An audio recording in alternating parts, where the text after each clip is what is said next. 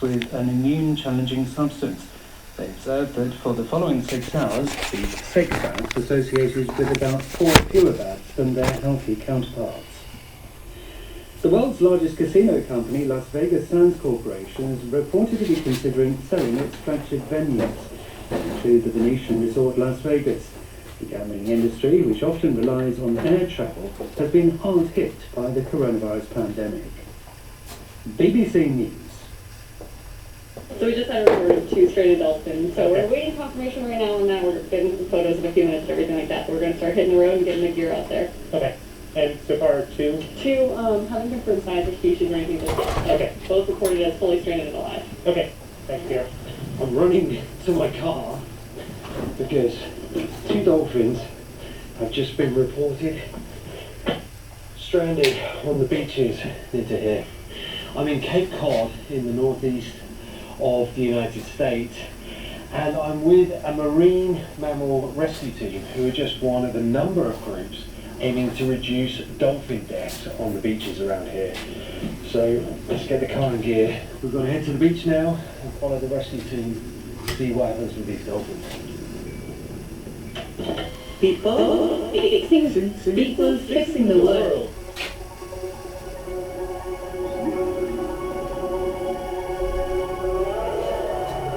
Hello, I'm Ben Wyatt. Welcome to People Fixing the World from the BBC World Service, where we look at solutions to some of the world's problems.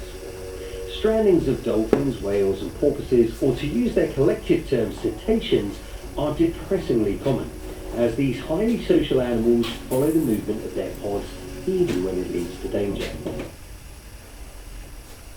Even when it leads to danger. I'm a mimic. I can mimic various accents. I'm not an actor. I'm a philosopher and a writer, a fiction writer. And I wrote this allegory. I titled it The Village, and it features a person I gave the name to of the boastful merchant. The boastful merchant. And if I had a copy handy out here, I'd recite it. But the point of the village is that they, every 4 years, they choose a new leader. And they thought the boastful merchant would improve their lot. But they soon found out that the boastful merchant, whose father had been a successful businessman, in other words, he was born with a silver spoon in his mouth. He had never worked a hard day in his life.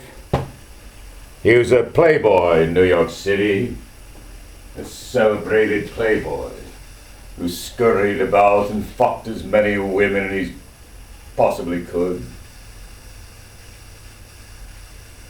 Had 3 wives. He may be on his 4th now with Melania from Czechoslovakia, I don't know.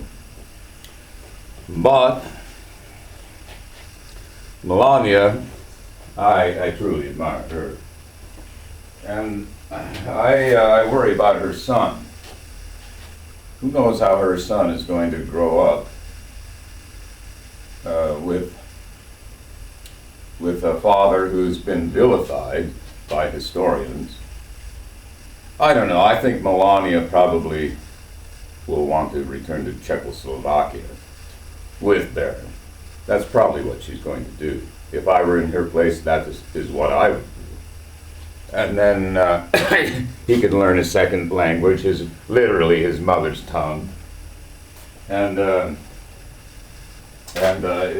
think that's probably the only solution to giving him a chance at a normal life. If he remains in the United States, he's doomed. So she should take him to Czechoslovakia, to Prague, and return to her old life there as a virtual queen. But, and as for Trump, well, I'm a big fan of Glenn Ferguson on YouTube. I guess he's retired, but he used to be a United States Attorney General. And he's got a photograph on his wall where he makes his, when he, where he talks to the camera in a fairly genial and clever and informative way. Anyway, the photograph is of him standing next to Mueller. And so he was in the thick of it from the very beginning of his career. He's a very successful attorney. But, and I am glad that he's doing this, because every day he presents some new facet about the corruption riddled through and infested in the Trumpian administration.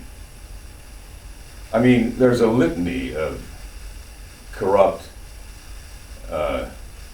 people who have been forced out or kicked out or levered out of their positions because of crimes they committed. And I don't know, people who don't pay attention to the news, especially the international news, have no conception of what Trump's done as regarding foreign policy. And he, to use his own favorite word, has been a disaster, particularly with China. His trade policy of tariffs achieved nothing. Nothing. We cannot battle China. There's no fucking way. If we do, eventually they will win, and the United States will be utterly decimated. Now, is that what you want? We must become a friend of China once again. A friend. Not an enemy. Not a foe. Friend. That's the only possible solution to a semi-peaceful world. Otherwise, we're going to annihilate each other with nuclear weapons. Is that what you want? And guess what? I don't know, the signatories are up to what, 60 now for this denuclearization pact that several European countries and South American countries have signed. And all the while, the United States officials of one sort or another, one short-sighted sort or another, are saying, oh, no, no, we cannot give up our multitudinous nuclear weapons. We have nuclear weapons in deep silos on the land throughout the world. We have nuclear weapons secreted in nuclear-powered submarines floating about all over the world and sinking under the sea and sneaking around. Why, I wouldn't be surprised right now if there is a nuclear submarine just moving about in the China Sea, just back and forth, waiting for their order to launch a nuclear weapon upon China. I wouldn't doubt that for a moment. In fact, I'm positive that they are actually doing that right now. It doesn't take too much to make these inferences. They're not guesses, they're inferences based on previous information and facts and a little tricky reasoning. You can do a lot with the facts at hand, providing you reflect, you do a little reasoning, and then you can come up with some interesting results. And that's the whole problem with everyone in this country. They don't have any time to think. They're deprived of reflection by the insistent, ongoing pressures of, well, I call them exterior pressures. And there are many, many of them. And the worst and probably the most insidious pressure are these so-called social media platforms. Tremendous amount of social pressure, as any teenager knows.